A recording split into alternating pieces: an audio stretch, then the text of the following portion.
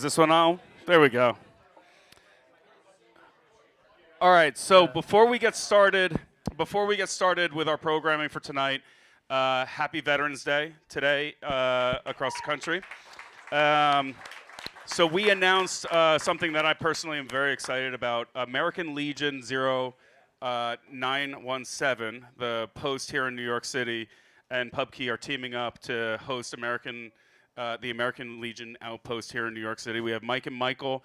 If you want to say a few words, you're welcome to. You don't have to. We can talk about some of the stuff that we're going to have come together between PubKey and the American Legion. So everybody, warm round of applause for Michael.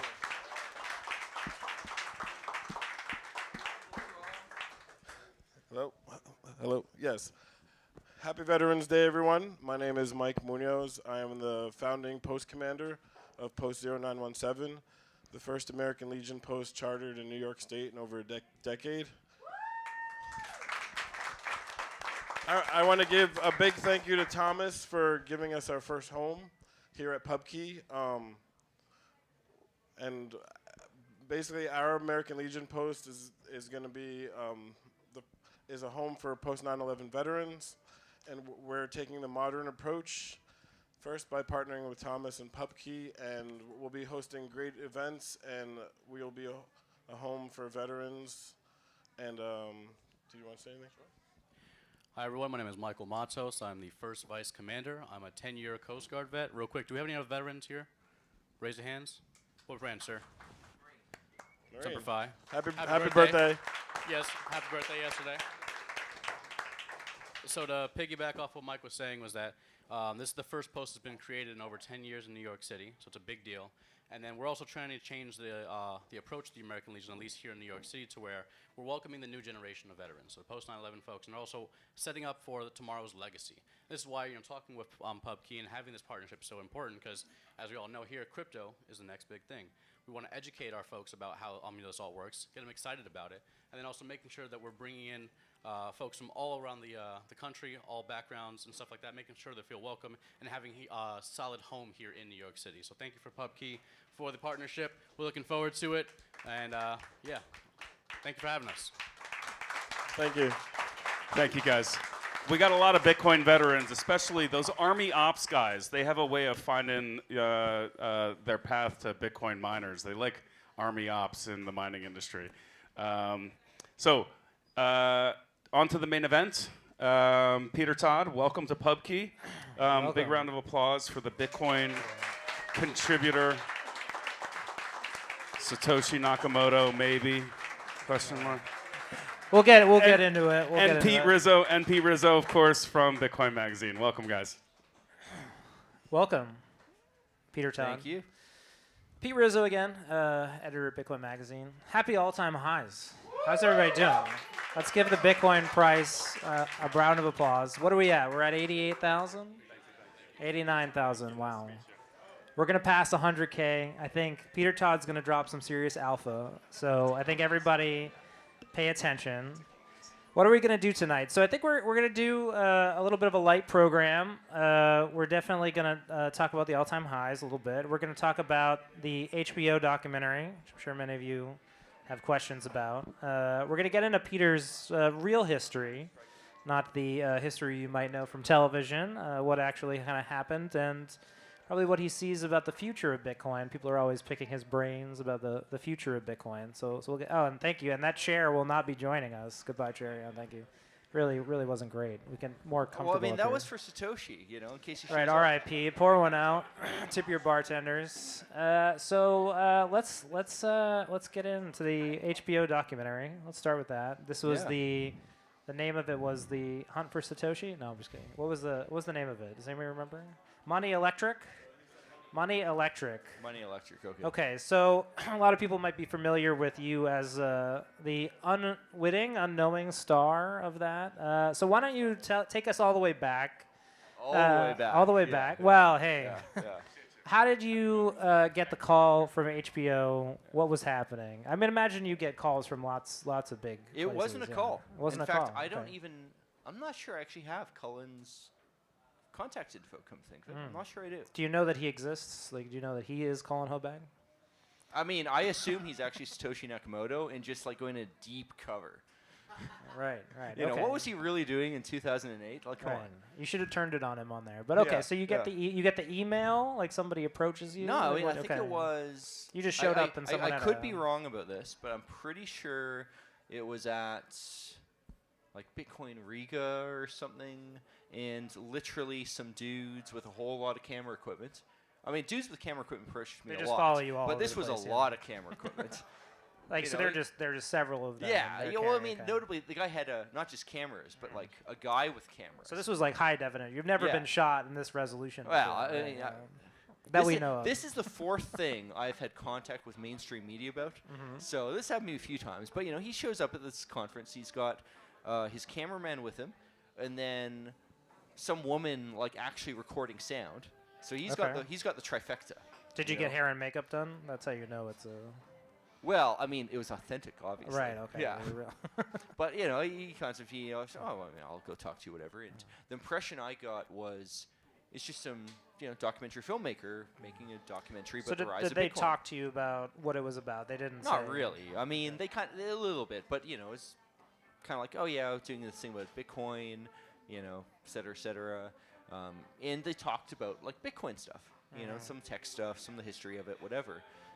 But notably, you know, this was sort of a walk and talk at the conference. And... Do you remember what year this was? What year were we talking about? Well, 2024, 2023, it was probably 2022, So this goes back a ways. Yeah. It was like, this was sort of over like, for me at least, over 3 years. Oh, wow. So, okay. you know, he does this at Bitcoin Riga, I think 2022.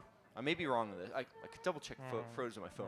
But anyway, he does all this. And then he goes and says basically, well, obviously, you know, we don't really want to go do the documentary here because this is boring. This is like outside of a conference with a parking lot in the background. Who's going to do that? So why don't we go and find a better place to go film? And we kind of talked a bit about it. And he suggested, among other things, well, you know, we could take you to this pottery studio. You could maybe make some pots or whatever. And it's like, okay. I've actually done this in high school. I'm pretty good at pottery. He's an art school graduate. Yeah, I am actually an art school grad. Fun fact about Peter Todd, And, art school graduate. You know, that still didn't seem that interesting. So I said, well, why don't we find something abandoned, like, you know, maybe something. And he comes up with this abandoned World War II or maybe Cold War era bunker. So he invites you there. Yeah, he just invites says, me hey, there. Come to this creepy bunker. Yeah. You know, he picks me up at the hotel And room, so- and like we yeah. drive for 2 hours out in the middle of nowhere. So did he tell you that Adam Back was going to be there, or did Adam just show So up? Adam Back wasn't at this one.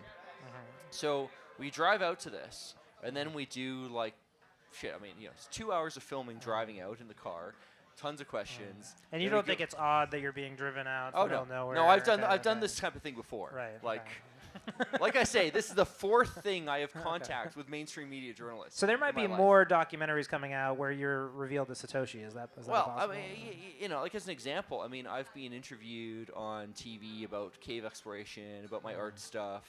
I mean, in fact, I was homeschooled many, many years ago. Like, it's Those are really important things. Yeah, right? real important. Yeah, but Bitcoin's most important. But you know, we kind of go around this thing, and being a abandoned World War II era underground bunker. Well, of course, I go bring headlamps and spend most of the time exploring this bunker, watching as a poor cameraman tries to go keep up with me. And at one point, I remember Cullen actually slipped and hit his head quite hard, which I'm pretty sure was like mental decline when he started thinking people were Satoshi. Right. Okay. I think I even have it on film somewhere. I should look it up again. But you know, those are all cool. But again, nothing about Satoshi. So this is the second time. And how many times did you meet him in filming? Well, so I think the time after that was in El Salvador. Okay. And then that mostly was with Samson Mao, actually. All and right. then also, whatever the heck the guy's name is, the prince from Siberia. Prince Philip. Serbia. Does anybody have the Yeah. name? Prince Philip of Serbia. Yeah. It's good enough. Yeah. The Serbian We love Prince weirdo. Philip. If you're Yeah. watching, thank you. And, you know, we've, again, filmed hours and hours of footage at this conference. So they're just wearing you down at this point. They're just. Well, they're I getting mean, as much out of you. I know. I find it kind of fun. It's fun. I mean, obviously, I wouldn't show up here if I didn't like talking to interviewers. Like, come on. Right. You You know? know that the free burgers are good though too, right? Well, you guys did give me some like coupon for free food, so you know this is Always obviously nice. worth it. Yeah. Okay, so everybody's curious about the big reveal, right? Because that's what really So that's what got we that's do what got people. this. Then he shows up yet again at Riga in like 2023 again. And again, it was kind of the same thing. Do a bunch, a few hours of filming at that. That was also with Adam back this time. I remember we did some filming like right outside the conference center. And then it was like, well, we should get you and Adam and like again film somewhere interesting. And I told him, well, we can't go back to that bunker again. Let's go to somewhere more interesting. What do you have? So he's just taking you to all the sites. Well, yeah. Yeah, it's like I challenge him, like find something more interesting. And sure enough, he finds this, I believe it was an abandoned cement plant from like the Cold War era. Nothing says digital cash. Yeah, like abandoned cement plants. Well, Adam Back brought this up actually. Oh, he did. Brought Okay. this This up. was an like, on-air this footage. This is a weird like thing to kind of promote. But I mean, I want to explore an abandoned cement plant. This is fun, and he did come. Only this time around, the main footage you see of like us way up top there, you gotta understand that thing's a fucking death trap. Where we actually was, whereas there's the best place to ask people about Satoshi. Exactly. Yeah. And there were these like cement silos, probably like 50, 70 feet high, something like that. And it was actually a train station. So the trains would come in, like rise up this very long, kilometer-long ramp, eventually end up at the top of these silos and dump all their contents down. That's all well cool. And I'm sure it was safe back when it was running. But by the time we got there, metal scrappers had stolen everything that was made of metal, including the railings. So every time you see like Adam Back like standing around and like see a little like thing there, if he steps like he's 2 actually feet just that way, worried he'll for die. his life. Yeah. Yeah. It was great fun. And I his cameraman, being a cameraman, kept on walking backwards, doing like, let's do the cool shot thing. I kept telling him, dude, you are gonna kill yourself. Like, if you keep walking backwards, you are going to trip, you are going to fall, and this is going to be a very awkward documentary. At what point does it become clear to you? Because I think watching it the took documentary, a while. It really, so that it seems scene, like, I think, I may be wrong on this, but I think that was basically the scene where he finally, after all these hours of footage, finally raises he the cuts Satoshi to the question. chase. Yeah. And honestly, my suspicion is Cullen went to HBO originally saying, we're going to go create a documentary on the rise of Bitcoin. It'll be about the cypherpunks and all this. Who wants to see that? Exactly. I mean, what I've heard is it was supposed to be like, a 5-episode thing, just like his previous thing on QAnon. And my guess is as he got more and more footage, he realized that we are even nerdier and less watchable than QAnon people. Well, so I did talk to Samson Mao and Adam Beck in Lugano. These are two other notable participants. So Samson's story, and let me interject here, is that he knew from the get-go that they were looking for Satoshi, that he had paperwork from them saying, hey, we're going to be looking for Satoshi. Paperwork. This is Samson Mao on the record. So I mean, Samson got a much better deal. Like I'm sure they paid for the helicopters and all the food he ate. So you weren't paid for any food, man. All I got was a ride to some really cool bunkers, and getting an opportunity to risk Adam Back's So there's life. no validity. There's no validity that you knew that they were looking for Satoshi, and Not this, initially, I heard this yeah. from Adam as well. Yeah. Adam's allegation is that you might have played into it a little bit. Of course I did. I mean, for the record, I am as Satoshi as you are, and I invented Bitcoin. You invented Bitcoin. You especially invented Bitcoin. You're suspicious. What about her? Do you think is like more Bitcoin? Well, than it's everyone else? obvious. The people who are actually Satoshi, they went into deep cover. As an example, The guy hiding under the chair over well, there. I mean, we didn't get this on Satoshi. camera, but eventually at some point, Cullen's cameraman kind of admitted to I invented Bitcoin, but I was just so stressed out by the block size debate and all this, I decided to go into documentary filmmaking. So your claim here is that you had no foreknowledge. You didn't egg them on in terms of thinking that you might be Satoshi. Well, I certainly egged them on once they brought up the question. But, from my perspective at least, this was a very small part of it. And as I remember, he basically, because asked the question it might be like kind once. of fun to be, alleged to be Satoshi. I mean, it's happened to me before. Right. And I got to say, I strongly suspect that Cullen actually found the website of this other dude who accused me of being Satoshi like back in 2016. and he probably like took the crib notes of like all his I see. accusations. Yes, I think this was a Medium article, right? Yes. Yeah. Well, there was a bit of Medium, there's yeah. another character we haven't talked about in that documentary, Roger yeah. Roger Ver, Yeah, who was yeah. also there, and he has a bit of an obsession with you. Yeah, well, I'm just so good looking. Yeah. So what do you think that he might have? Do you think he thinks that you might be Satoshi, and that this is the I highly genesis doubt of it. that? Yeah, Okay. I actually, so truthfully, my answer to that is I highly doubt that. I think Roger Ver dislikes me because I am one of the small Because he names blockers. you at a certain point in the documentary. He says, Peter Todd caused the whole block size wars. Yeah, but that's not the same thing as being Satoshi. and also, notably, my suspicion with Roger Ver is he probably believes that Satoshi was a big blocker. Well, I mean, there's a lot of textual evidence to suggest that. Yeah, I mean, I wouldn't say he's wrong about that. Like, I think it's actually reasonable that Satoshi did If you think believe the big Mike blocks Hearn worked. emails are real. Yeah, I'm.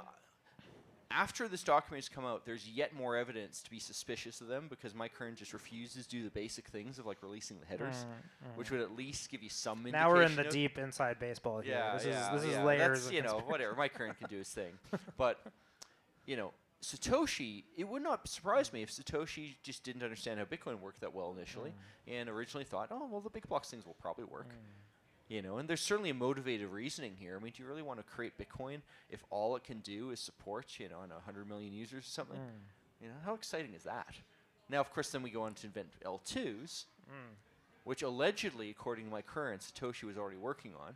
Right. But, you could imagine Satoshi thinking, yeah, this big block thing will probably work. In much the ways you imagine Satoshi thinking that a halving cycle will probably work and fees will probably pay for security. Well, before we get to that, so how did you feel watching the documentary? Because it came out before the documentary aired that you were a participant, and there was a poly market with some betting on who the Satoshi.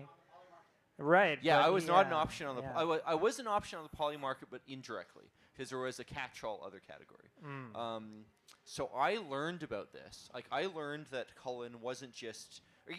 When did you know that he was going to point the finger at you? Because you had to know. You got to remember, Cullen asked a lot of questions. Well, for 5 hours in that cement plant, I bet you guys were doing probably something. more, actually. I mean, I could add it up, but it's probably on the order of talking to him for like 30 hours or something. That's probably the total amount. And I didn't know that he would actually go with this. And also, I didn't leave with the impression he was really serious about this. Like, what do you mean? I mean, like he asked the question. Like he didn't really want to make a documentary about Satoshi that wasn't. Well, his yeah, passion. it wasn't really clear. It wasn't clear. Like, is this just one part of many things he's asking, or is this something he's actually going to go with as the main thrust of the documentary? And of course, on the ride back, I mean, we talked about tons of other stuff that were related to Satoshi. And for that matter, I mean, I believe the order was we had that question, and we went to another part of this plant. And kind of. So came you didn't back even and know filmed that was more. going to be like a significant. Oh, part I mean, he never asked me any follow-up questions. Like that just happened to be the last time we talked to each other, and I figured, well, he's got a pile of footage, and at some point, HBO or whoever the hell. I mean, come on, I don't think at the time I knew HBO was funding this. So you didn't even know that HBO was involved. Yeah, I could be wrong on this, but I don't think he'd actually mentioned HBO. Now, obviously, it would have been some big media company, but usually when people have expensive cameras, and exactly, they're following you around, yeah. I mean, the amount of travel he did in the time, I'm sure it was easily a $250,000 project. But so there was no formal, hey, we're going to accuse you of being Satoshi. Nope. Or they'd come to you with the findings, like, hey, we have this evidence. I learned about this when journalists who had gotten screener copies saw it and started emailing me saying, hey, you're accused of being Satoshi. It was kind of funny because initially they actually said, I think the very first email I got said something along the lines of the documentary that's coming out. Right. And I had to ask the journalist, well, what documentary? I don't know. I've filmed for a lot of journalists. I mean, which one is it? I really don't know. Cullen's never talked to me after that. Maybe we said something minor on Signal, but I'm not, again, I'm not actually sure I even had any contact info for him. I'd have to check this, but that's when I really found out. And of course, one journalist gets followed by another 30 more pretty quickly. But so there was nobody who came to you and said, here's the evidence, because there are absolutely not. Essentially, and that is notable because so Cullen's big reveal, right, is Satoshi says something about replaced by fee. I, in my second message ever in Bitcoin Talk, reply to Satoshi correcting some minor technical thing mistake he makes. And that's like, oh, well, actually, he very logged into close the to the counts. date where he left. Yeah, very close to the date. And had Cullen actually asked me about that, I probably would have realized, oh, wait a second, when I made that message, my real name was not on that account. It was under a pseudonym. Yes. Yep. And I suspect Cullen... Which was pointed out by Greg Maxwell. Yeah. I suspect Cullen also knew this. He'd probably Well, done there was his a lot research. of with the evidence where if you looked at the actual evidence and then asked a couple supporting questions, it would fall apart. It was flimsy evidence. Well, and this is why I think Cullen never bothered asking me any follow-ups. Well, Because he didn't want to know it was bullshit. I think there was a... He probably did know it was bullshit. There was a second piece of information. There was the claim that you were an expert at destroying Bitcoin. Yeah, well, I mean, that's an even more absurd thing. Because what was the context of that chat? Because that was one piece of evidence that I wasn't familiar with. Well, so the context of that is a chat on, I believe, the Bitcoin Dev IRC channel, maybe Bitcoin Wizards. I think it was Bitcoin Wizards. Yeah, maybe Bitcoin Wizards. Which it's amazing that he got that deep. I don't think it is. No, you think somebody just sent No, him a this was random- probably his full-time job for like 3 years. This stupid documentary, that's probably the amount of effort it took. Right. So anyway, he did find this. Keep in mind, searches do work. There are computers who can find things that people have written before. You type in like Peter Todd and you hit search. It's a pretty cool tool. You should try it out sometime. I think it's called Google. So, he did drag this up, but that discussion was actually about a cryptographic technique called proof of sacrifice. And proof of sacrifice was something I seem to have discovered pretty early on. I'm not sure if I'm the first person to really notice this, but I was certainly one of the first people. And what's neat about Bitcoin is, so proof of work, like the Adam Back invention, which technically is an Adam Back's invention, but Good fact check. Yeah. But like Hashcash is saying, I have computing power, I'll grind away at a hash, and I will commit my computing power in a provable way to some cryptographically, hashed message. All right, I'm basically saying this thing, I will artificially make it more expensive by proving that I did a lot of compute cycles. But the problem with Hashcash is I might have a more efficient computer than you. Right? You may be some dude who just has a phone and it costs you a lot of money to make a Hashcash token. I have a much better computer. Supercomputer, of course, right? Yeah. Or just more efficient one, and I can hash at a much lower cost. Now, with Bitcoin, because I can make a mathematical proof that a Bitcoin was destroyed, I now have a proof of sacrifice that I took some Bitcoin, which is a very easy to measure value, it's that much Bitcoin, and then I destroyed it in such a way that the destruction commits to. Is this different than a proof of burn, or is it the same? It's proof of burn's another term for this. Proof of burn kind of gets used in a broader way by some context, but it's roughly the same thing. So the evidence here that Cullen put together, it's total bunk. And what's funny about it is what's really bunk about it is proof of sacrifice to implement properly on Bitcoin, especially at the time that we've done that, you must actually move the coins. So it's the exact opposite scenario than what Cullen was talking about. Right. If I'd actually done a proof of sacrifice, you would have moved the coins. All the coins would have moved. That's revealing that you were, Whereas Cullen interpreted it as it's destroying the private keys, but that's not a proof. I can't prove to you I don't have Satoshi's coins. I can persuade you that it's unlikely I did, but I cannot prove to you I do not have Satoshi's coins. It is fundamentally impossible. So when did you watch the documentary? Have you watched the documentary in full, and when did you watch? Did you pop open HBO? Were you an HBO subscriber? Like, did you subscribe to HBO? Fuck no. To watch yourself? I probably shouldn't admit how I first watched it, because it may have involved a bit of piracy. Okay. All right. Okay. But there's still some laws out there. Hypothetically, I may have watched it from someone else's account, possibly streamed over the internet. You were like the other way. person on Netflix.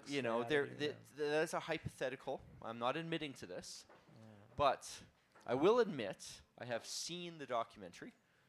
I think I've only bothered to watch it once, and How did you feel about seeing yourself up on the silver screen? I mean, I've seen myself on the silver screen a zillion times. Like, Okay. there's nothing that special about it. And so I mean, you did go. HBO is probably not even the biggest platform I've been on. Like, really early on in, like, 2014, I got intrigued by like, BBC a few times, actually. Like, HBO is just yet another one of these things. Yeah, one famous exploit we might cover in the history segment. But so after this, you go into hiding. Yeah, and you're still in hiding. Yeah, here, I am in hiding right now.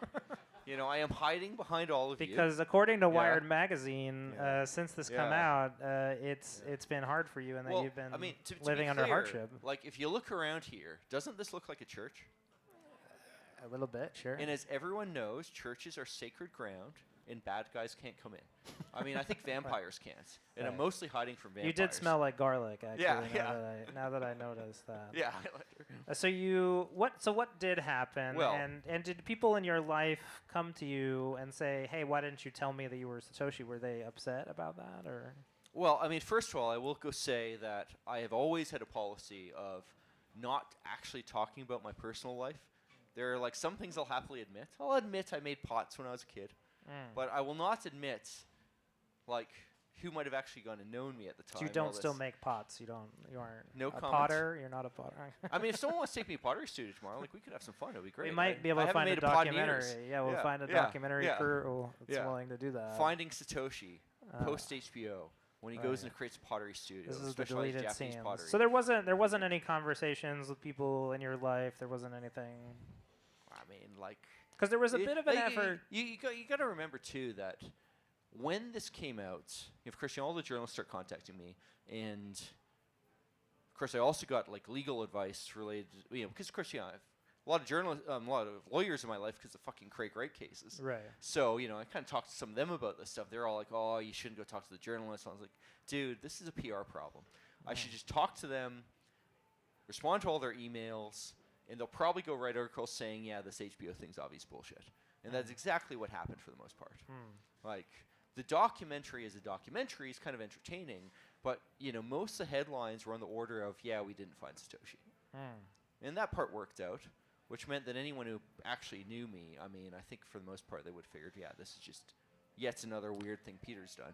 So as an artist, as someone who went to art school, what is your artistic critique of Money Electric now? What do you think of it as a creative work? Because this is someone spent 3 years on this, right? As a creative work, my suspicion is Cullen is very frustrated by the fact he couldn't figure out a way to get the narrative of Bitcoin understandable enough for a mainstream audience, of the parts of the narrative that are interesting and of conflict. And I think the block size war would be an interesting example of this. I get, my impression talking to him was he really wanted to go talk about the block size war a lot. And my suspicion is, how do you explain to normies what the hell the block size war was? Right. Especially in an hour and a half. Yeah. And I am sure he thought he could go and make, 5 episodes of this and like bring it out in stages, but just realized it just didn't work. Has he reached out to you since this was published?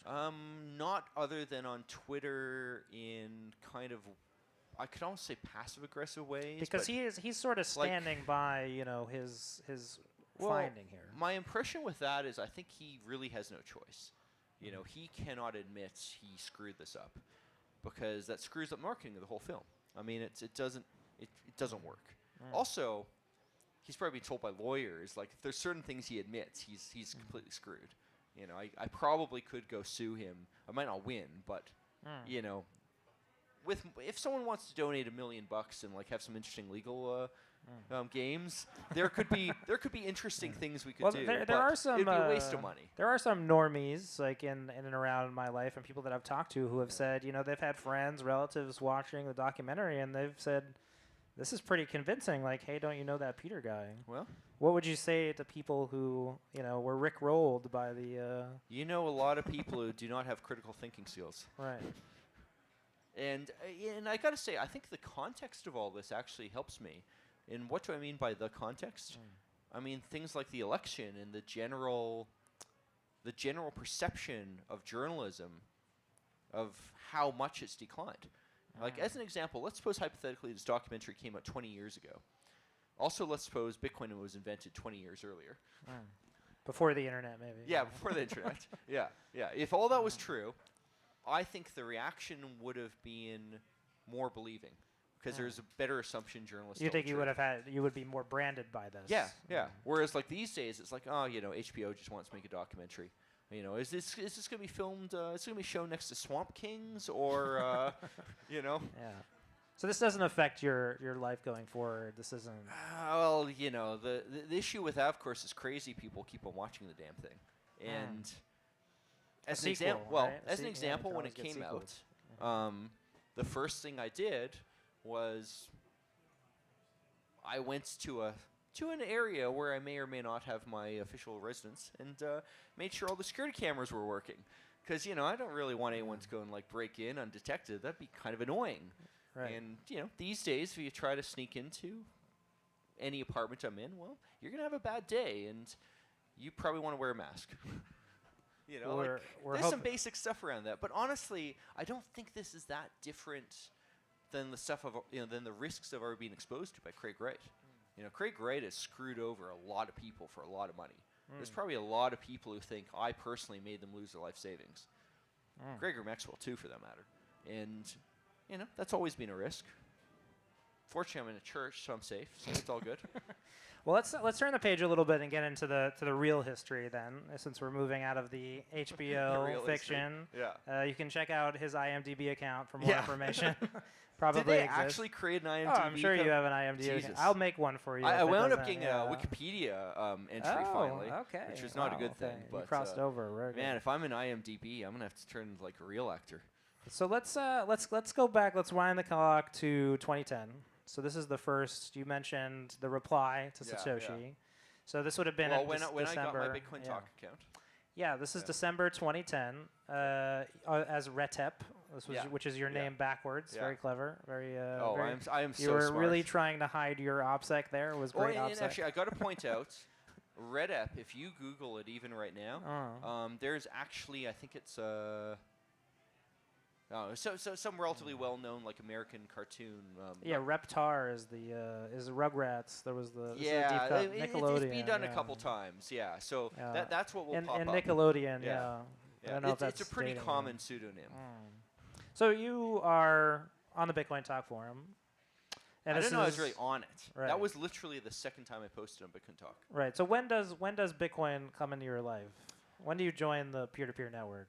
Well, so of course, one answer to this is when I start working on Bitcoin, which is many years prior, by trying to invent it. But when I believe when I saw the Bitcoin white paper for the first time, I think that was late 2009, maybe 2010 or so. I think someone, had told me about this. You weren't on the cryptography mailing list? The cryptography mailing list, no. And I don't believe I was on the cypherpunk mailing list either. Because there are people we know who received the binaries of Bitcoin that even predate this. I didn't learn about it through that. Of course, famously, I talked to Adam back in Hal Finney when I was 15 on the Blue Sky mailing list. But that was a completely separate thing many years prior. And so what were you doing back there? How did you just met Hal Finney and Adam Back on a random mailing list? You were just because I was a young libertarian. What was even Blue Sky? I was a young libertarian, freedom of speech minded kid, like so many others. And unlike so many others, I thought about it and realized, freedom of speech is all well and good, but unless you have freedom of money, I mean, how are you going to do a protest if your bank accounts are frozen? You were just all about fighting the system back then as a kid. I don't know. I mean, I've actually always been kind of politically moderate, but I think ideally politically moderate in Well, you're Western, Canadian, right? Politically moderate in Western democracy should be believing in freedom of speech. I mean, it's literally like the First Amendment. It's like after we made all this stuff about how government could work, it's like, all right, what else? Well, obviously freedom of speech. I mean, Canada's got that too. We got one clap over there from somebody. Let's give a clap for freedom of speech. All-time highs. We can clap for freedom on all-time highs. When I was, probably when I was 14 or 15, I did take the high school civics class. You were mandated. I never to had a civics class, to be honest. In Canada, Canada had it. So it was one, it was one half semester or 1.5 year civics, and then the other half year I chose economics. Okay. Yeah. Interesting. And the civics thing was all about, well, obviously, our freedoms are good, yada, yada, yada. Here's how government works. Here's how protests work. Like, that was sort of government-approved curriculum. Why wouldn't you want to go and say bad things about your government? That's how it's supposed to work. Well, if the government can go freeze your bank accounts, how are you going to go pay for the signs, go say bad things about your government? Like, it's just such an obvious thing. Of course you need freedom of money to have freedom of speech. And we saw that in Canada with the truckers' protests, where they start, illegally for that matter, seizing bank accounts. And my understanding legally in that situation is actually the banks might be screwed over this in the future because what they did was not legal. Well, we're on the Blue Sky mailing list. Yeah. You're with Adam Back and Hal Finney. Blue Sky. Do you know these? Do you know who they are? Like at that point? Vaguely. I mean, keep on. So they're just random old guys. They're Yeah. just like. Yeah, random old guys my age now. Right. But so Blue Sky came out of the Free Net project, which was a decentralized, censorship-resistant publication mechanism with DHTs. And people start talking about where we go next. Obviously, money is a part of this, and I happen to be interested in Freenet.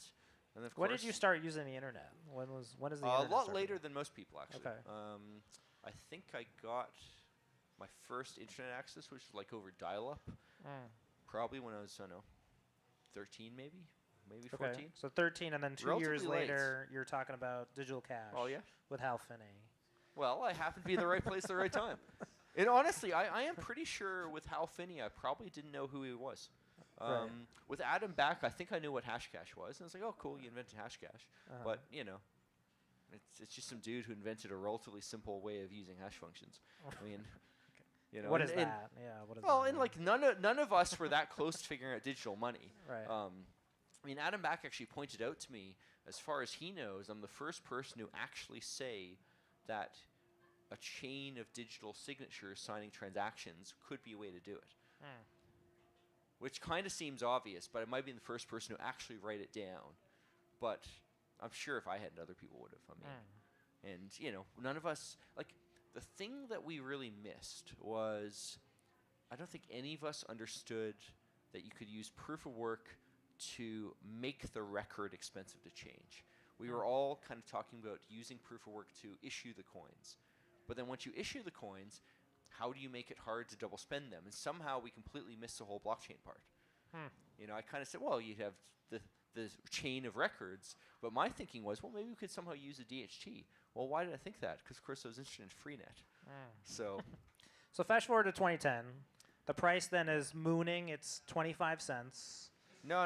It's 20, No, I'm not sure in 2010 there was a price. There was a price, and it would have been maybe around. late 2010. Yeah, This yeah. is now we're talking but about. I should say, when I believe when I first actually learned about Bitcoin, it was through the white paper, and I don't think it had a price Well, yet. so I'm zooming forward to Yeah. your Retap comments, your Yeah. Bitcoin talk. At that point, Well, Bitcoin would have been ripping So to my 50 first cents. comment. 50 cents. That's a Well, remember, lot, my right. first comment was trying to go buy an invite to this new decentralized-ish social network thing that someone had created.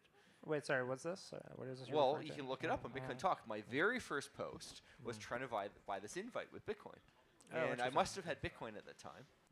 And then the second thing is then this technical correction. And I believe around roughly that time. December 2010. Right.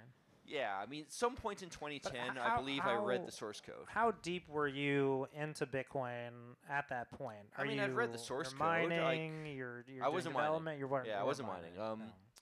You didn't have some mining rig mining in was your later. Canadian Arctic mining rig going on. No, I got in late to mining, and honestly, the reason is because in 2008, I think, that would have been when I sort of dropped out of art school temporarily to take on this, this electronics job at this geophysics startup.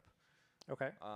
Then I kind of went part-time, was finishing off my arts degree, and then I think in 2010 maybe, I'd have to double check this, but roughly 2010-ish, then I'd graduated from that and then started physics So you don't degree. remember the moment where you learned about Bitcoin? I think it was something as simple as someone sent me an email pointing out this white paper. I forget who the hell that would have been. It was probably a coworker. So when you're responding to Satoshi, how much experience did you have at the time with the Bitcoin code? I'm pretty sure I'd run a node. I probably had a bit of Bitcoin. I'd played with it, but unless you wanted to go like buy drugs, there wasn't really that much you could do with it. And I don't know how many cameras are here, so I shouldn't admit anything. I think there's a couple up there, but Yeah. So your big entrance is really in 2013. That's when I'd say Yeah. you burst on the scene, right? Well, the thing that really got me attention was going up against Gavin Andresen and saying he's wrong. Right. Well, let's get to that in a second. Yeah. So what happens in the intervening period? Because there are a couple the upgrades that happen. You're not super involved in that. I followed P2SH in the op eval thing. While that was all kind of happening, I was watching the forum. I was really busy. But did you think this was going to work? Were you convinced? I mean, when I read the Bitcoin white paper, my reaction was, "Fuck! I should have thought of that." Like I was immediately convinced. Obviously, this works. It was only later, after I started thinking about it more, that's like, well, okay, it has this problem, block size was because you are famous for talking about Satoshi's problems, right? Like that is essentially your claim to fame. Yeah. I mean, Satoshi made plenty of mistakes. I will say that probably nobody has done more to invalidate the Satoshi roadmap than yourself. Is that a fair statement? Well, no one has done more to popularize the validating of it. Like, you got to understand, like, with block size, it did not take long. I mean, literally, like, one of the very first replies Satoshi ever got was pointing out, well, obviously this doesn't scale.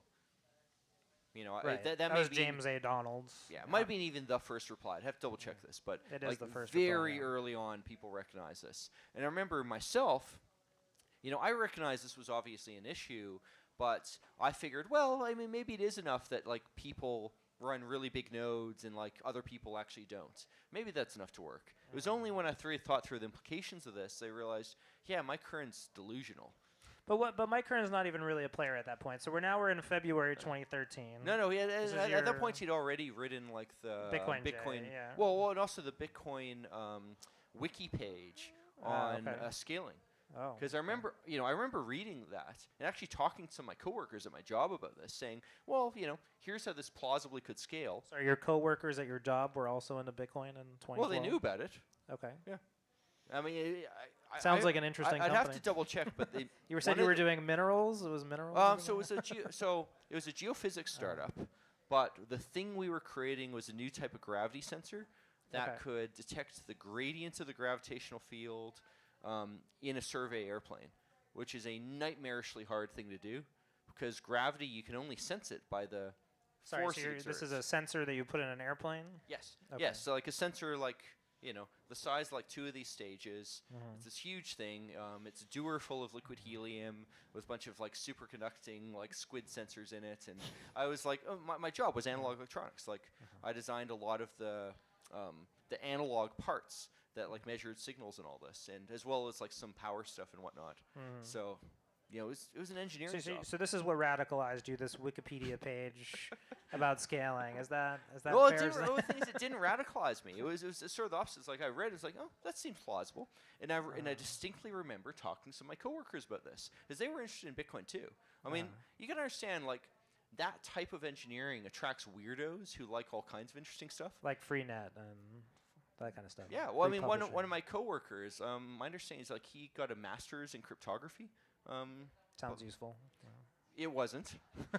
It really wasn't. He worked in signal processing, but he happened to. Well, it sounds like he got into Bitcoin early, like yourself. I don't know. He actually did in that. Ironically, he was much more interested in signal processing, but he happened to have like a master's in cryptography. They just picked up, back in probably the 90s or so, and it's just a very technical crowd. They're interested in this stuff, and.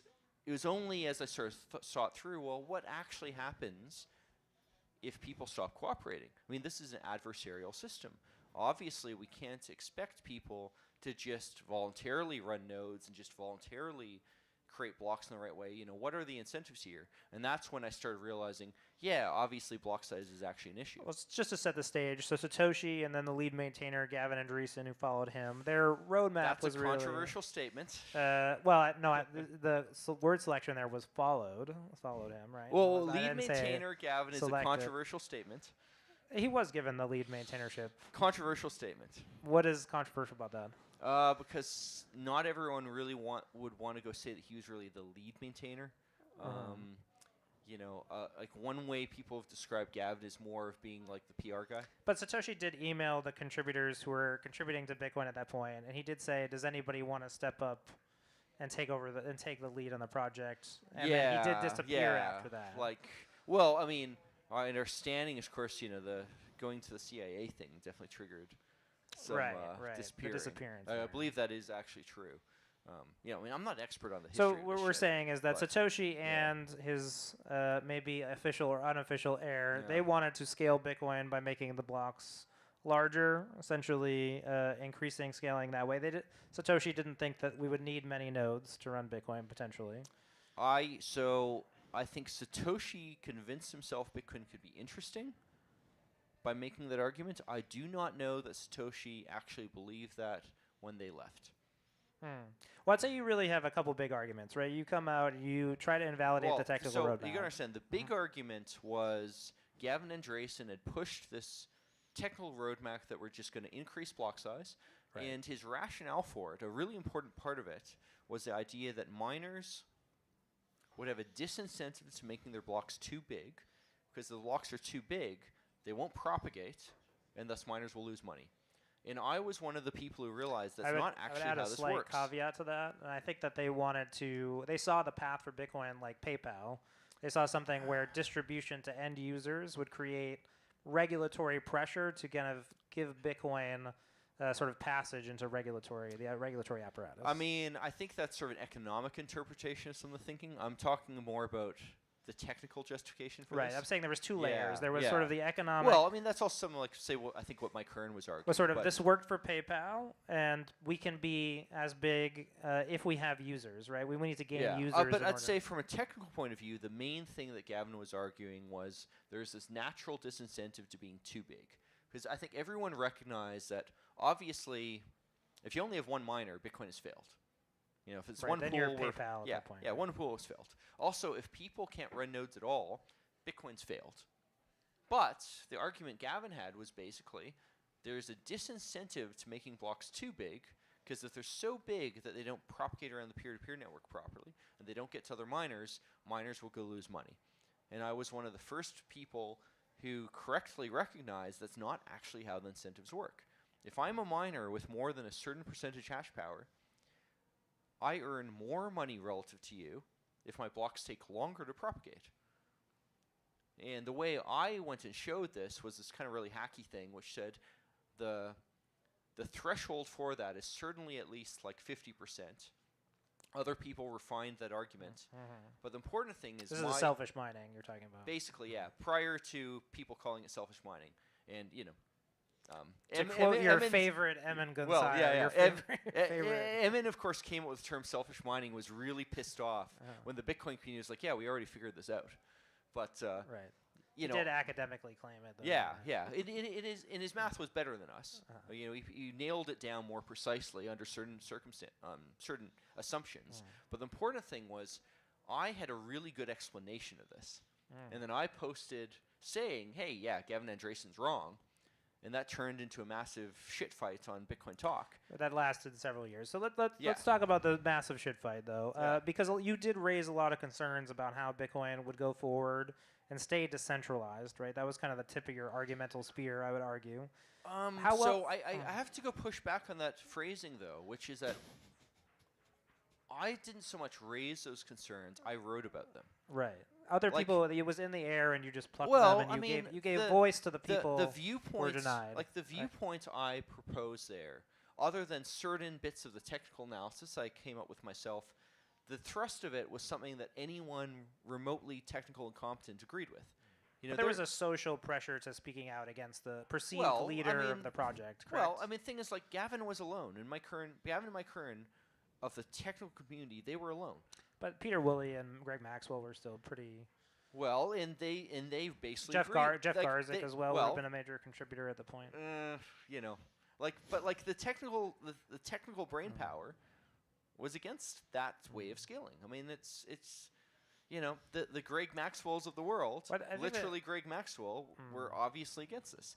Now, there was potential for compromise. Like, I think Peter Wool did go propose, well, maybe we could raise it sometimes on a schedule. And I think hope my that question was computing like, comes how up. well do you think your assessment of the situation back then has held up? Right. So you really Oh, raised. I'm absolutely correct. Yeah, Okay. So no. you're still so Yeah. you were really No, raising. we nailed this. Like, we were absolutely correct. So you still think that mining pool centralization is a critical problem Yep. for Bitcoin? Can you Yep. explain why that's as relevant as it was back then, and why nothing has really changed in your view?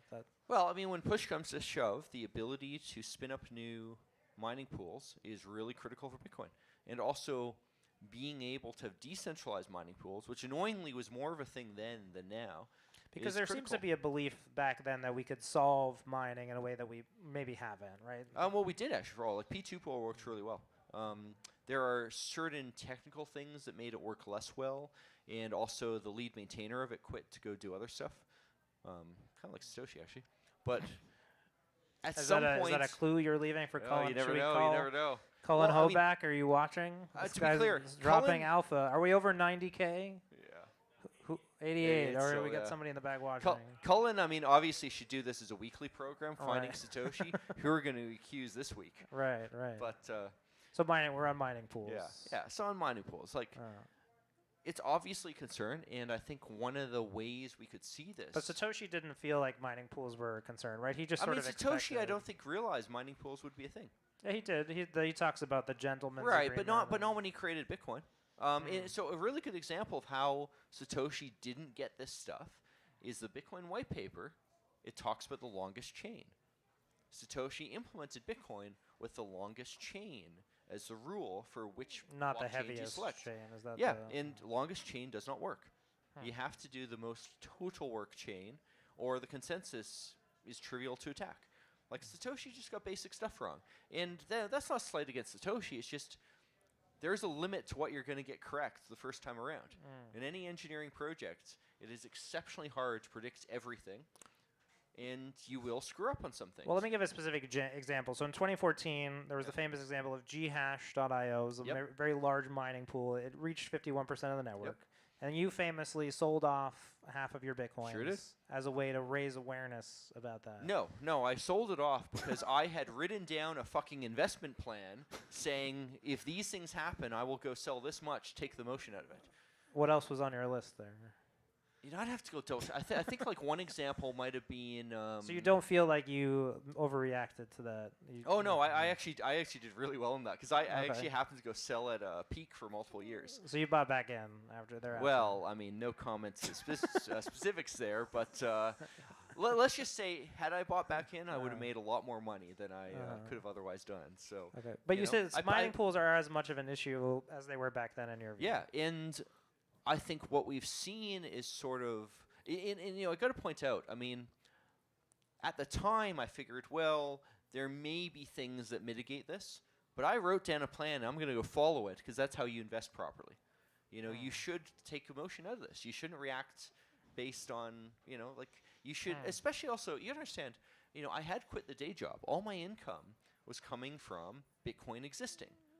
If Bitcoin fails to exist, I will be one of the guys who fixes it, and I got to go pay rent.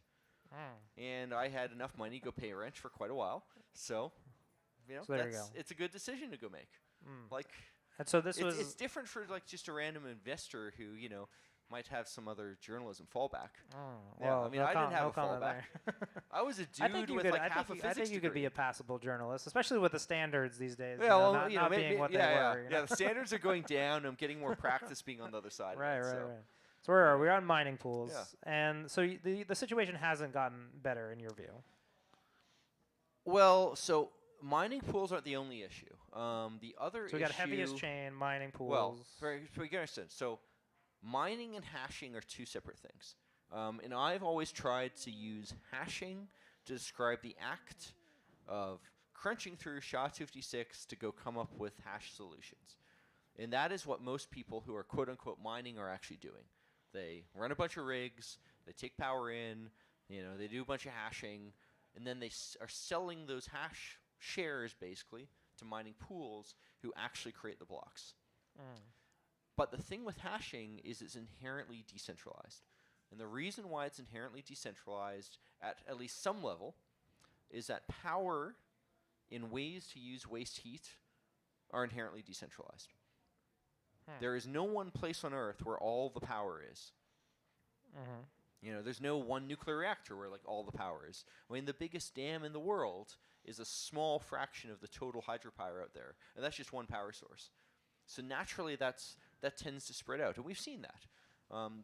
There just isn't any one big hashing operation that's particularly profitable that makes a big chunk of the world's Bitcoin. It just doesn't work out that way. And because hashing has become more of a commodity business, that is more true than it was, say, in 2014, when getting access to a lot of ASICs was really the critical thing. Oh, I see. Right. Okay. So you're saying even though miners are hashing and geo-diverse, mining pools consolidate and create the same problem. Yeah. And so why this diversity of hashing is important is, let's suppose that a mining pool does something bad that hashers think is a bad idea. It's relatively easy for hashers to say, screw you, we're going to go point our hash power to someone else. And that process works even better if pointing your hash power to somewhere else is something where someone can create a new pool that has different policies. As an example we've seen in the past year is Ocean. Right, I was going to jump to that. Yeah. And, Ocean, for diversity of pools, is cool. Luke Jr. is kind of crazy and is kind of sabotaged. Well, for his own background project, for people in the audience, we were on a panel in yeah. Lugano at the Plan B conference. We were actually debate partners against Luke Jr. Well, I don't know how many partners. We were on the same side of the debate. How the hell we wound up getting paired back. Yeah. You're good at debate, but you're good at debate in a totally different way than me. Right. That had nothing to do with what we were talking about. Yeah, it was very useless there. Yeah. But anyway, Luke Jr. and a mechanic were on the other side, and they have a mining pool that portends a solution to some of the problems that Peter is addressing. Yeah, and honestly, the thing that Ocean could do best to improve this the most would be how are they attacking this core issue that you saw all the way back in 2014? Well, so Ocean specifically, I would say they're not doing a good job of attacking it, because the number one thing Ocean could do that would be good for Bitcoin is to take all of their source code behind how Ocean actually works and just release it publicly. They haven't done that. And why that would be useful is because someone else in an emergency could just take that code, boot up Ocean 2 or Ocean 3 and Ocean 4, and just start up new pools. Currently, if you want to start up a new pool, it's really difficult because the source code, the software you need to do this doesn't exist. How many people here are mining Bitcoin? Do you guys mine? We got any BitAxe owners out there? Anybody? We've got a BitAxe owner here. He's I'm Canadian. I'm okay with that. Yeah, sure. You want the? When you talk about Ocean, are you talking about the implementation of Datum, something like Stratum v2, where block template decentralization happens, or are you talking about the Ocean pool? I've cleverly avoided talking about Datum because I think block template creation isn't that powerful. Luke, I think, was trying to push this idea that pushing block template creation all the way to miners is this really critical thing. But when you get down to it, if Bitcoin's working properly, all the miners, the true miners, the people actually creating blocks, they're probably going to follow basically the same rules. Like, they'll all follow, roughly speaking, the same block template creation rules, because it's pretty clear what's most profitable. And Bitcoin Core is pretty good at creating blocks for miners in the most profitable way. It's not perfect, but it's pretty good. So let's take it to the current today. You're working on Libra Relay. Is that your current project? I mean, Libra Relay is such a trivial project. Right, it's beneath you, but you are working on it, right? It is not beneath me. I have explored literal sewers, so there's not much beneath me than that. But so there's the point is, what Libra Relay actually does is pretty trivial. So I took Bitcoin Core, which has nearly no filters on what sort of transactions can get mined, and I went through the list of filters it does have, and I removed one notable one, which is the limit on op return outputs. And that's kind of a legacy holdover for when people thought filtering transactions could do interesting things. And, I removed that just to say, this isn't Bitcoin Core. It's something else. And then I added code to be exact, I copied someone else's code to then ensure that Libra Relay nodes are always connected to other Libra Relay nodes. So why does someone use a Libra Relay node? Honestly, there isn't much reason, because Bitcoin Core doesn't actually filter very much. The reason you use Libra Relay, from the point of view of filtering, is to make a statement. It's to say, yeah, Bitcoin Core filters op return, but you just run this piece of software and the filter is bypassed. And as an example, if you go to opreturnbot.com and you type in text into the field, you can put anything you want into an op return, and using Libra Relay nodes, it'll get to the miners to run the equivalent of Libra Relay. I want to tie this back to kind of the arc of Satoshi and talking about you as kind of somebody who's poking at these issues, right, of Satoshi's code. So there's this idea, and this was evoked on stage, we talked about it, this idea that Bitcoin is just money and that arbitrary data use cases for Bitcoin are bad. And this is very mainstream. This is a current talking point on Bitcoin Twitter. And the allegation, again, I'll just say it again, is that Bitcoin is just money. It should not be able to do all these other things. You seem more permissive on that, and I would say that your history. If you're being strict about this, keep in mind. So is this a mistake that Satoshi made? Well, but so Satoshi released Bitcoin without any filtering at all for what could go in blocks. Right, and you could use any transaction type as well. Anything. Right? Yeah. In fact, Satoshi didn't put in filters that are technically necessary for nodes to run properly.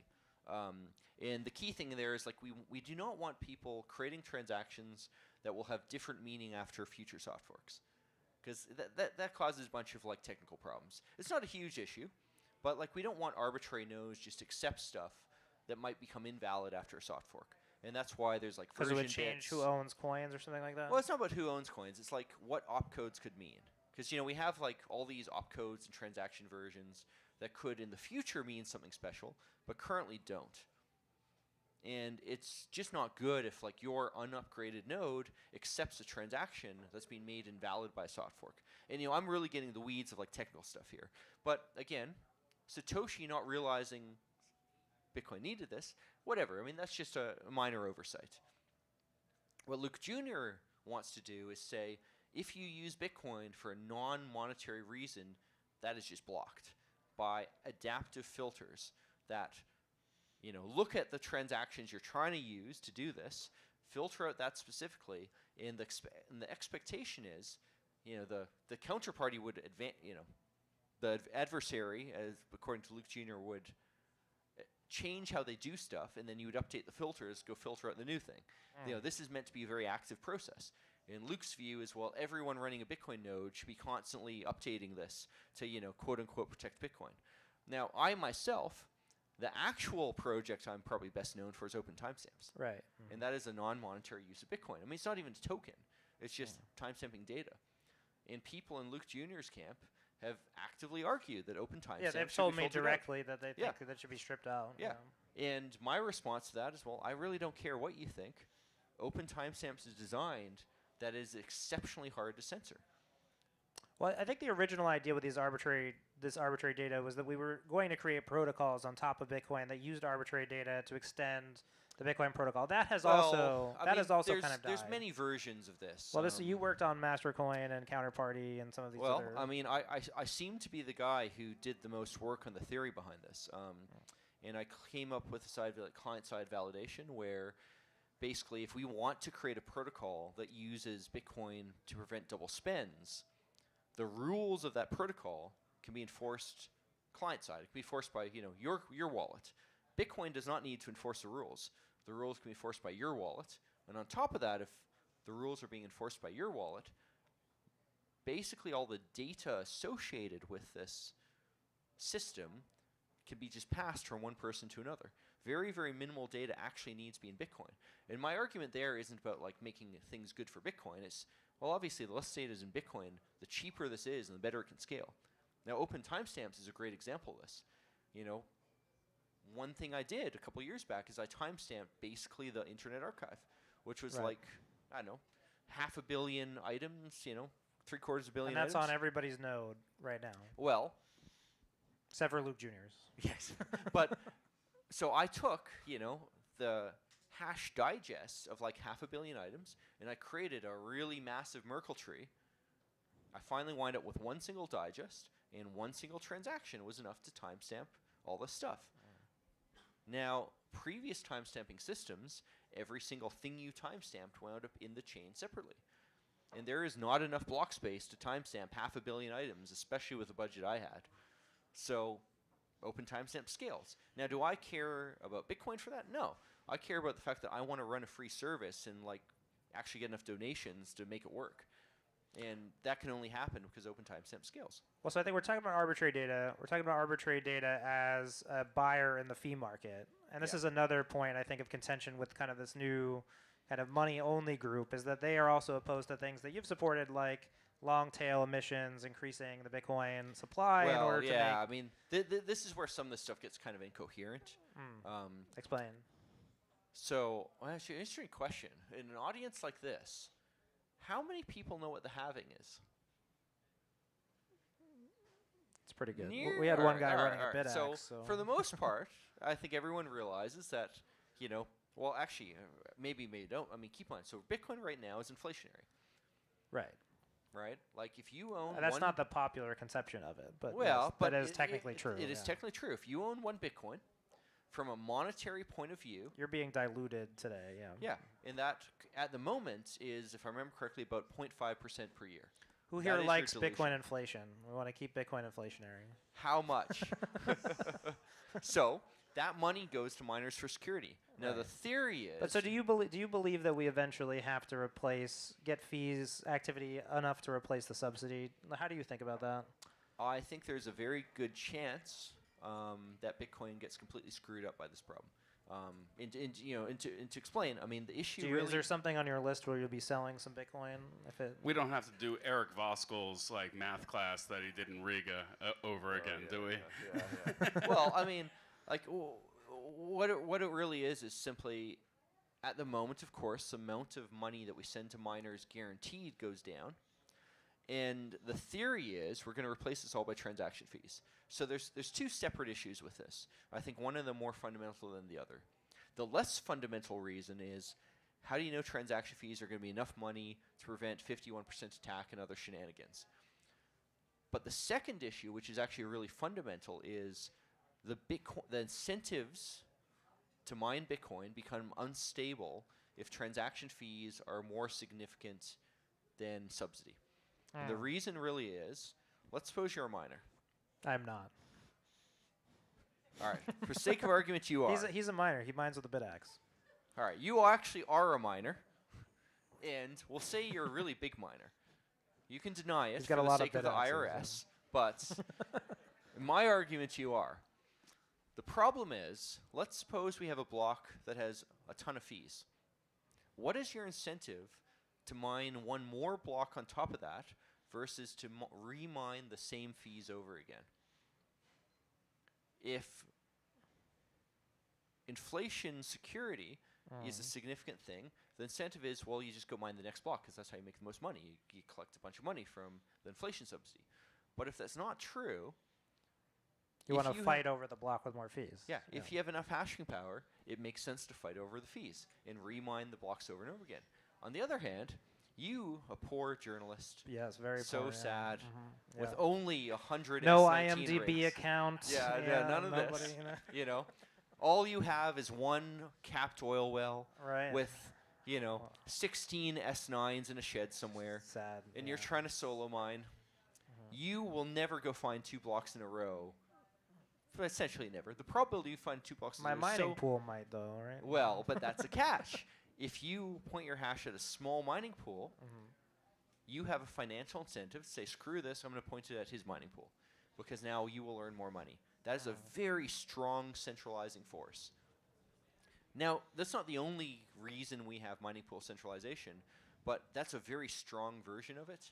And it's the sort of thing which could make situations really ugly if we wind up having to move away from big mining pools, because maybe the big mining pools are implementing sanctions or something. Let me ask this again differently. So arbitrary data on Bitcoin can't be stopped. You argued that pretty eloquently. Is it good? Do we want it? Why do we want it? Why do we want it? So I think this is where the arguments get a little incoherent. Okay. If you, like most of these sort of Luke Jr. types, think obviously Bitcoin fees should go pay for all security, why aren't you welcoming any usage that will pay fees? Because I don't think they think that anymore. Because the popular Bitcoin Twitter has eroded this idea that we need to replace the subsidy. Saifedean and Adam back, they'll routinely talk about how we don't need to replace the subsidy. Like, you got to replace the subsidy with fees. I mean, that's like there has people to be will just mine Bitcoin altruistically. Oh yeah. Well, I mean, all right, there is that level. Well, actually, how many people would love to mine Bitcoin for free without being paid for it? All right, we've got a couple people. He's mining right now. I don't know what's going on with that. Yeah. He's got a little device over there. So you remember the book was it Hash Wars or something? The crazy. Do I remember the book? Hash War? Soft War. Yeah. Oh, with Jason Lowry? Yeah. Like that's argument. Well, governments will just do it for us. Well, I think it's a great argument. Governments will go mine for us. In fact, they could go sign blocks for us. Yeah. Well, we got to be careful there because Jason might go into the administration. I want to remind everybody that this is an open forum. If you have any questions, raise your hand. We're going to move into like a little bit of a Q&A here. We have one in the back here. Come on up. Uh-oh. Q&A. We've got Peter Todd here, Jason himself. Actor who played Satoshi Nakamoto on HBO. Yeah. Discount Satoshi. What are your thoughts on drive chains? Oh, you really found the good one. You're prioritizing short questions here. Yeah. So I was gonna ask. I hope you've been following my Twitter account because I just came from a conference. I was gonna in ask a more direct question at the end. Are ordinals good? Do you like ordinals? Neither. Okay, you don't think they're good. I mean, right, they're drive chains They're first. better than drive chains. They're better than drive chains. Yeah, you can quote me on that. Ordinals. Don't are better than drive chains. you own a couple ordinals, correct? Sort of by accident. Right. Because people have wanted to donate them, and I keep on giving the donation address in my open timestamps calendars. But you just said that anything that pays fees should be welcome. That was an argument that you just made. So I mean, I'm not actually making that argument necessarily. I am saying that is the argument. So when you make an argument, you're not necessarily making. But you guys, by definition, something that's paying the transaction fee is not spam. Right. If it's a valid transaction and it pays a fee, it's not spam. I don't think it's necessarily that simple. You're so disagreeable. But here's what I want to get across. Especially after he's gotten some free burgers. Yeah. He's a really. Hey, I haven't got any free food yet here. So, but what I want to go say is the argument that Bitcoin will be secure because of transaction fees should welcome things like ordinals because it's a very diverse set of things that could go. So we should welcome them, but you don't like them. Well, I'm agnostic about them. So like broccoli rabe or something. You don't want to eat it. Look, you are not going to manage to go stop people doing this stuff. It is stupid to go and argue about it over and over and over again. And frankly, if Luke Jr. wasn't around, I don't think ordinals would have caught on. Because Inscriptions was designed to piss off Luke Jr. and get free advertising. Right. BRC20 pushed that to the next level of being technically really ridiculous in a way that really pissed off people like Luke Jr. So you don't see these as heirs to the colored coins? Fuck no. RGB is far better technology. I used RGB in Lugano. It was pretty. It was very good. Yeah, it's cool technology. Obviously, I'm biased because I kind of invented it, but. I invented the techniques. They actually wrote the code. What is your full list of? Do you have a full list of inventions that you've made? Like what are? It's not very many. So actually, go to my blog post. Have you invented anything that is unrelated to Bitcoin? Like it's just some. Ooh, that's a great question. So I could go into 3-minute technical discussion about how gravity gradiometers work and how I made it work, but. Right. Yeah, he's an inventor, right? So inventors should know what they have invented. I had some very clever electronics design, my gravity gradiometers, but I don't think any of you care about that. Interesting. All right, we got any more questions up here? We still have that support drive chains guy. Like, yeah. You it obviously sucks. It's terrible, and why it is terrible is because it's a block size increase. Like that's your issue. If you want people to go and do you want me to go in the crowd? I can walk in the crowd. Oh, you got it, Mike. What's your favorite pizza topping? No, wait, don't answer that. So do you have Hawaiian? Since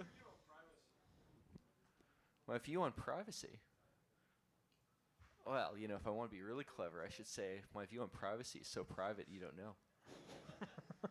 But come on, obviously privacy's good. Yeah. Like why do we have a door on the bathroom?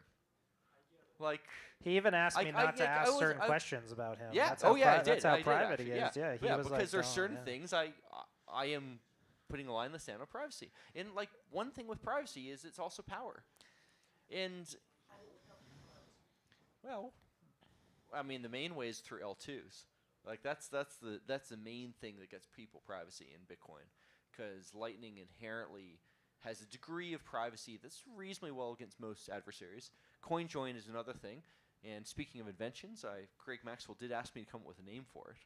Oh, so you invented the name Yeah, of I invented the name. I didn't come up with it. But it was, Can it you was a good invent a name. name? I feel like in marketing they call that branding. I feel Yes. like that's a different science. But Most of the things I've invented is actually me branding. branding them. Like proof of But, publication, right? Oh, That's, yeah. branding, Yeah, no, and actually... so you Merkle brand things Mountain- in ways that sound like science, but they're not. Yeah.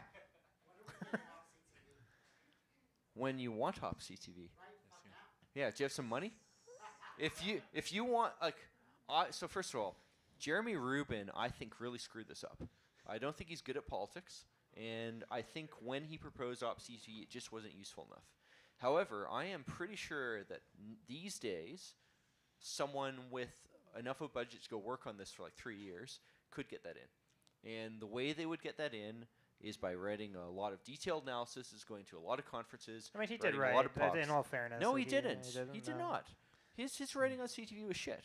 Like, it didn't argue the case for why we needed it, because we hadn't invented things like ARC yet.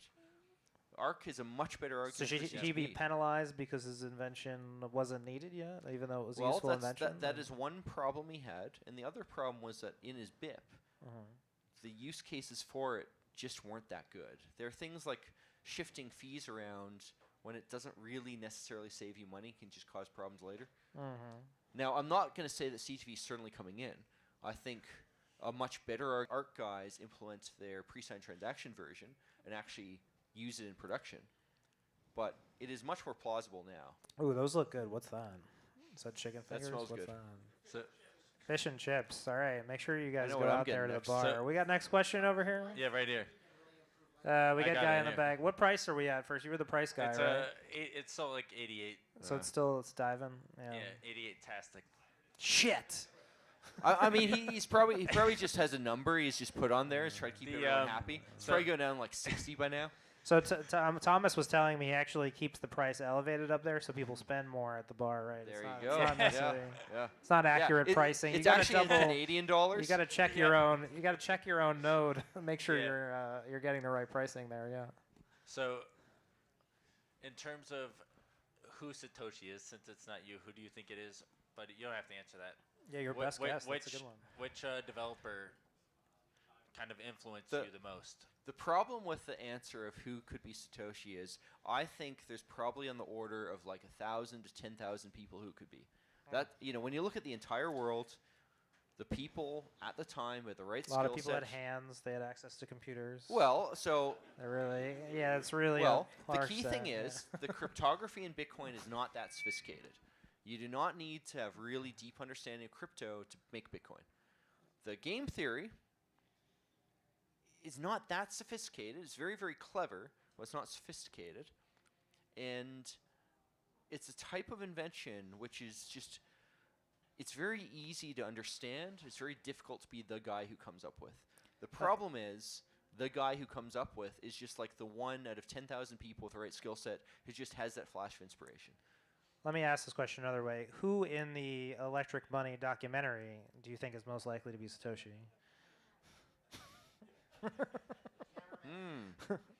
Yeah, I mean, he told me, obviously, Right, so, right. you know.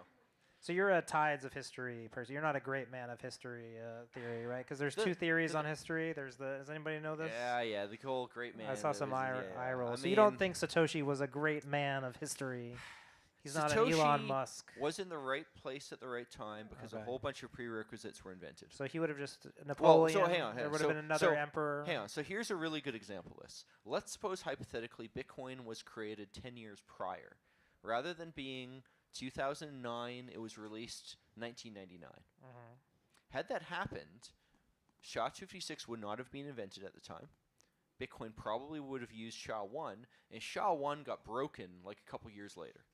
And if you shipped Bitcoin that way, you would be in deep trouble. SHA-1 isn't quite broken enough that maybe it couldn't have worked at all, but it would be very, very ugly. And chances are, because there would be money attached, SHA-1 would have been broken even further. How do you feel about SHA-3? Are you pretty excited Well, about so that? SHA-3, so I don't know SHA-3 anything about SHA-3, so is this real? Is there a real Oh, so there's SHA-3? SHA-1, there's SHA-256, which is a huge number. I just thought. and I then just there's threw that out SHA-3, there. which is a little number. Okay. But somehow the 3 came after the 256. See, that's part of it being a journalist. You can think of questions without even knowing Yeah. whether they're Yeah. real or not. And actually, to be honest, you took that question so- very seriously too. yeah, Like, you were just well, like, I mean, gotta go up and down, all this. So, and actually, SHA-256 is actually just one of a category of hashing functions called SHA-2. So it really is SHA-1, SHA-2, SHA-3. But the interesting thing about SHA-3 is when the work to create it was started, the assumption was SHA-2 would break eventually just like SHA-1. Instead, what happened is it turns out SHA-2 is pretty good. And we tried really hard to go break the damn thing. I mean, it's been like a goal of so many academic cryptographers, and the research progressing to breaking SHA-2 just kind of petered out. And as far as I know, no one's really made you any can stay with us progress. afterwards. We'll be talking about SHA-1 and 2 and 3 and the differences. That'll be an after-hours discussion. We'll get some more of Peter's time for that. What's relevant to, I think, the Bitcoin question is, there was this time when crypto was new enough that we weren't making good crypto. Algorithms kept on getting broken and so on. And that roughly ended somewhere in the 2000s.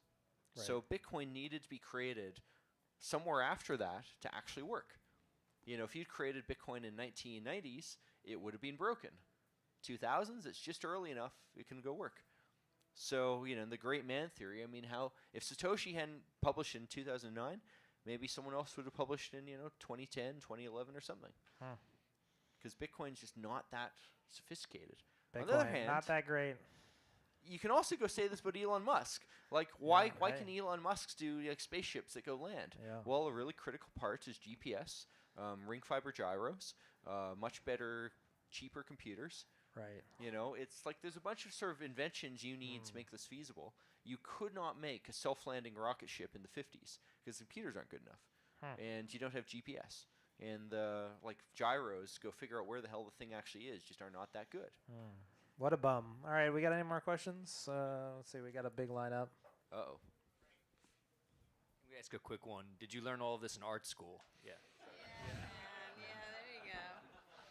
Well, in high school, I took a computer science program as specialty high school, which, roughly speaking, was equivalent to maybe a year and a half, 2 years of a really shitty comp sci degree. This one school was pretty good. I was kind of low down in that class. There were people a lot smarter than me. But I did wind up at a summer job as a programmer programming Perl. And I thought Perl was such a terrible language, I'm going to do art school instead. Yeah, Perl is terrible. And somehow I wound up actually in industrial design. Because, that sounds like engineering. And then I realized that's a pile of bogus bullshit. And then, if I'm going to do bogus bullshit, I should do arts. But then all my art was involving electronics stuff. So then eventually, some people I knew in the electronics world was like, yeah, you're actually pretty good at this. Why don't you go make cables for a new startup? And then they had me making cables for their new geophysics startup. It's like, all right, you're actually really bad at that job because you get distracted. You should design electronics instead. And then I got that business. And then eventually I was like, well, analog electronics is cool, but I'm not smart enough to make interesting things. So why don't I do this new Bitcoin thing? Because Bitcoin's not as well established a field as analog electronics. And I can come in and swoop in and come up with a lot of good names using my art school degree. Yeah. Hey, I have a question. Privacy is key. Just kidding. I can't see who you are. Good Oh, privacy. I was trying to hide and just Yeah, voice there out you of go. nowhere. Yeah. Oh, you were going over the Bitcoin doomsday scenario of the transaction fee amounting to too high of a percent of the total reward. Yes. So, why wouldn't miners mine off of the highest proof of work? And then second, what would your solution to that be? Well, the issue there is incentives just are not to go mine off highest proof work because you make more money remining an existing block. Your only reward, if transaction fees are the only significant reward, how do you go make money? Well, you mine transaction fees.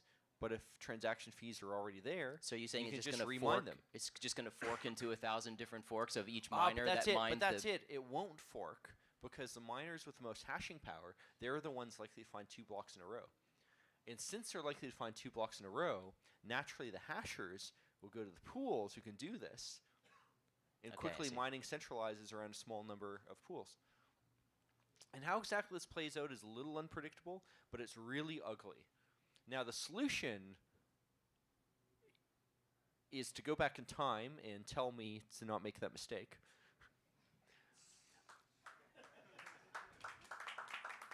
But, seriously, like Monero is an example. They recognize this as an issue, and for technical reasons, they also wanted perpetual mining reward. So they decided to switch to what they call tail emission. At the sort of the tail of a mission, there is a perpetual timing reward of however many Monero per block forever. And economically, this actually leads to a stable monetary supply. And the reason is because lost coins balances out the rates of new issuance. And this gets a little technical why. I mean, I have a blog post on this. But it winds up being zero monetary inflation. And essentially what's happening is the money that people lose to screw-ups, losing their coins, naturally gets redirected to mining security. Now, the other way you can go do this is with the security tax. You just directly say, hey, when you go spend a coin, you need to go pay for the security represented, and we even out that security across everyone. And you can implement this in a soft fork because you can add a new rule saying, yeah, when you spend a coin, money's got to go into this pot of money that all miners will get from. And if you pick a number like, 0.1%, well, 0.1% compounded over a human lifetime, it's like 5%. What about the HODL fee? Wasn't that another? Yeah, that's a term for it, like the HODL fee. I mean, it's just saying, yeah, let's go pay for the mining security in such a way that there's always money coming in for miners to mine new blocks. Now, obviously, transaction fees could get higher than this, in which case we have a problem. But you can at least set this enough that hopefully they don't.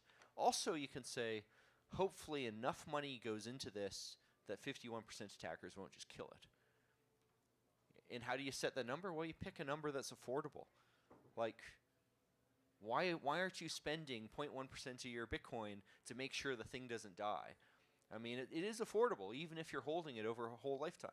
0.5% I think is works to be 30% compounded over 55 years. You do the math on that. But these are the kinds of numbers that are affordable.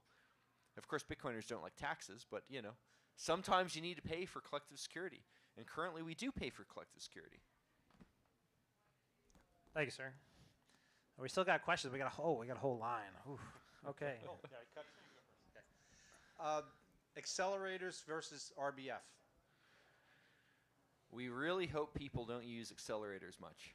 And for the audience, so when he's talking about things like the mempool.space accelerator, where you can pay to a centralized third party, mempool.space, who then sends money to big mining pools to get transactions mined. And all of that process happens completely outside of the consensus. I mean, you literally pay with Lightning. And if people do this occasionally, so what? Who cares? But if this becomes a significant fraction of mining fee revenue, now we're in a circumstance where the small guy with a small mining pool, he can't realistically earn money from this. You, however, with your beautiful suit and Jack and all this, you are earning this money. Well, hash power will naturally go to the bigger pool who can earn this money. Now, RBF, replaced by fee, that is just the current way you are expected to adjust fees if they're too low. And if you can do that, it's a better thing to have. RBF is always the thing you want because it's the thing that any miner can benefit from. All right. Who's got a fun question? 88,000. Go around, Isaac. How do you feel about $88,000 Bitcoin? Are you buying today? Did you buy Bitcoin today? Well, keep in mind, all my income winds up coming in Bitcoin, so why would I ever go buy any? What would I buy it with? I just want to follow up with the RBF you were just explaining. I know you've spoken about pitting attacks with RBF and stuff like that. Can you just touch on that for a minute? Oh, yeah, this is where things get really technical. So for the less technical audience, so keep in mind, RBF, it's really like an auction system. I mean, mempools are an auction system, really. So, miners make blocks, they have block space. When you create a transaction, you're basically creating a bid. You're saying, hey, I am willing to pay for block space. Here's what I want to be in that block. Here is the fee I'm willing to pay. Now, RBF is just a way of updating your bid. You're saying, hey, that fee, all right, I'm willing to pay more. And now the miner has the option to get the higher fee. What transaction pinning is this thing we did. It took a long time for us to notice this because it's only really relevant in L2 protocols. Now, why is it relevant in L2 protocols? Because in an L2 protocol, if I have a Lightning channel with him, Will never happen. we can fix this. So get your laptop out. We can fix this. If I have a Lightning channel with him, I may be in a position where I need to react to him trying to take my money. Very likely. I mean, look at how shady he looks. Yeah. Well, if I need to react to him trying to take his money, I need to get a transaction mined in the blockchain. That means I need to get a transaction into mempools. Well, transaction pinning is sort of a class of attacks where he can prevent me from getting my transaction mined. Effectively, he's got Sounds a great. blocking transaction that prevents an output from being spent. And where RBF comes into this is there's a particularly nasty type of transaction pinning that's actually kind of hard to go fix called, it's like BIP 125 Rule 3 transaction pinning. It's a very technical thing, but the explanation is actually pretty simple. So imagine you have a cattle auction. Yes, I was at a cattle auction the other day, actually. Yeah, you've heard this explanation, I think. I have, yeah. Yeah. I rock up to my cattle auction with a really big cattle hat, and I go and bid. I want to go buy 10,000 cattle for $1 each. And I think the farmers in the audience are going to look at me and say, yeah, you're pretty stupid. No one is going to send you one cattle for $1. It's ridiculous. It's a stupidly low fee rate per cattle. The problem with Bitcoin Core is that if I try to update my bid by saying, you know what, yeah, that was stupid. I want to go bid, 2 cattle for $1,000 each. The first bid blocks the second bid. And in an L2 protocol, where we're collectively signing transactions, you could have been the guy making the first bid that's huge. Very likely. And then I try to make the second bid that's sane, but because he's made this first bid, Bitcoin Core nodes see that first bid and say, yeah, we're just going to let that one sit there. Right, because we're sharing that transaction. Yeah, okay. And the way to fix this, one way is something I've been promoting called replace by fee rate, which says, well, obviously miners should look at the fee rate to decide what transaction to mine. Because certainly there are cases where a really big transaction is never really going to get mined. It should actually be replaced with a small one. The catch with that is, well, if you can make that big to small transition, you can use up a lot of peer-to-peer network bandwidth, right? Because you can broadcast really big transactions, replace them with really small ones, but only pay for the small amount. And that's not the end of the world, but a lot of Bitcoin Core people hate that idea. So they've come up with this other proposal called Truck, which just says, yeah, you're just not allowed to make bids on big transactions under certain cases. You can only have transactions that are up to 1,000 bytes in size. And you kind of opt into that, and it kind of works in certain cases in Lightning, but it's an incomplete solution. And that's the other thing Libra Relay does, is experiments with replace by fee rate. Download today. Where can people find that? GitHub.com /PeterToss/Bitcoin. Click on the tree thing. Go to Libra Relay. Look at the 28.1. Notice there's no docs because I haven't written them yet. This isn't a mass market thing yet. One day. All right. What do we got? We got any more questions back there? We're running out. Going once, going twice. Peter, Todd. Maybe Satoshi. Oh, I got one. So I came in a few minutes late, so stop me if this has been spoke of already, but on the topic of, I think it was RBF and being commissioned by John Dillon, did this come up already? No. Okay.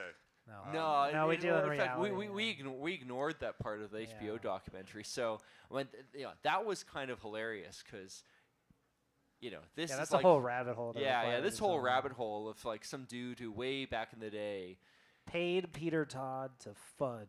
Yeah, and FUD he got Bitcoin. everybody to believe it. But I mean, when you get down to it, what actually happened concretely there? Some dude wants to go pay me $500 to make the first RBF implementation. There, who think RBF is the devil, have been going on to rabbit hole conspiracies Well, about how that was like the U.S. government trying to go kill Well, Bitcoin. because the extra thing is that the email chain leaked. Yes. And in the email chain, we learned that John Dillon is a government agent, and that he Although- was colluding with Peter Todd. Although, And what this the was guy not had John told me Dilley. was like he was some involved in intelligence. But the thing is, especially a few years back, like there's a lot of people involved in intelligence. Chances are his day job was to go review like surveillance footage of like goat herders in Afghanistan But and you try to don't, figure out which think ones it's were terrorists. suspicious that you are working with a government agent? You can get better examples of that, actually. I mean, in my previous line of work, like oil and gas attracts all kinds of weirdos, including people involved in government. I mean, one of my coworkers was, in fact, former intelligence agency in, I believe it was South Africa. I think your most heretical trait is that you want arguments to be judged on merit. I think that's It's terrible. probably Yeah. No, we should obviously always judge arguments based on hats. And Right. look right there, Yeah, hey. wins. Well, I don't think anyone is having fun staying in. Yeah. All right, is this a wrap? Is this the end? Peter Todd, Q&A? Hey, I want to try Go the get food. some burgers. Thanks, Thank everybody, you. for coming out. Happy Peter all-time Todd. highs. Want to give a thanks to PubKey. Thank And, yeah, just enjoy. Happy all-time highs. We'll see you at the next. We're doing more of these Bitcoin history sessions. I got one coming up on November 21st. We're going to have Jameson Lopp out here with Patrick Merck. This is an oldie but a goodie from the Bitcoin Foundation days. We got a little clap there. But Pete Rizzo, you can find me on Twitter, the Bitcoin Historian. Thanks, everybody, for coming out. Tip your bartenders. Shake Peter Todd's hand. Take a picture. $5. Picture with Peter Todd.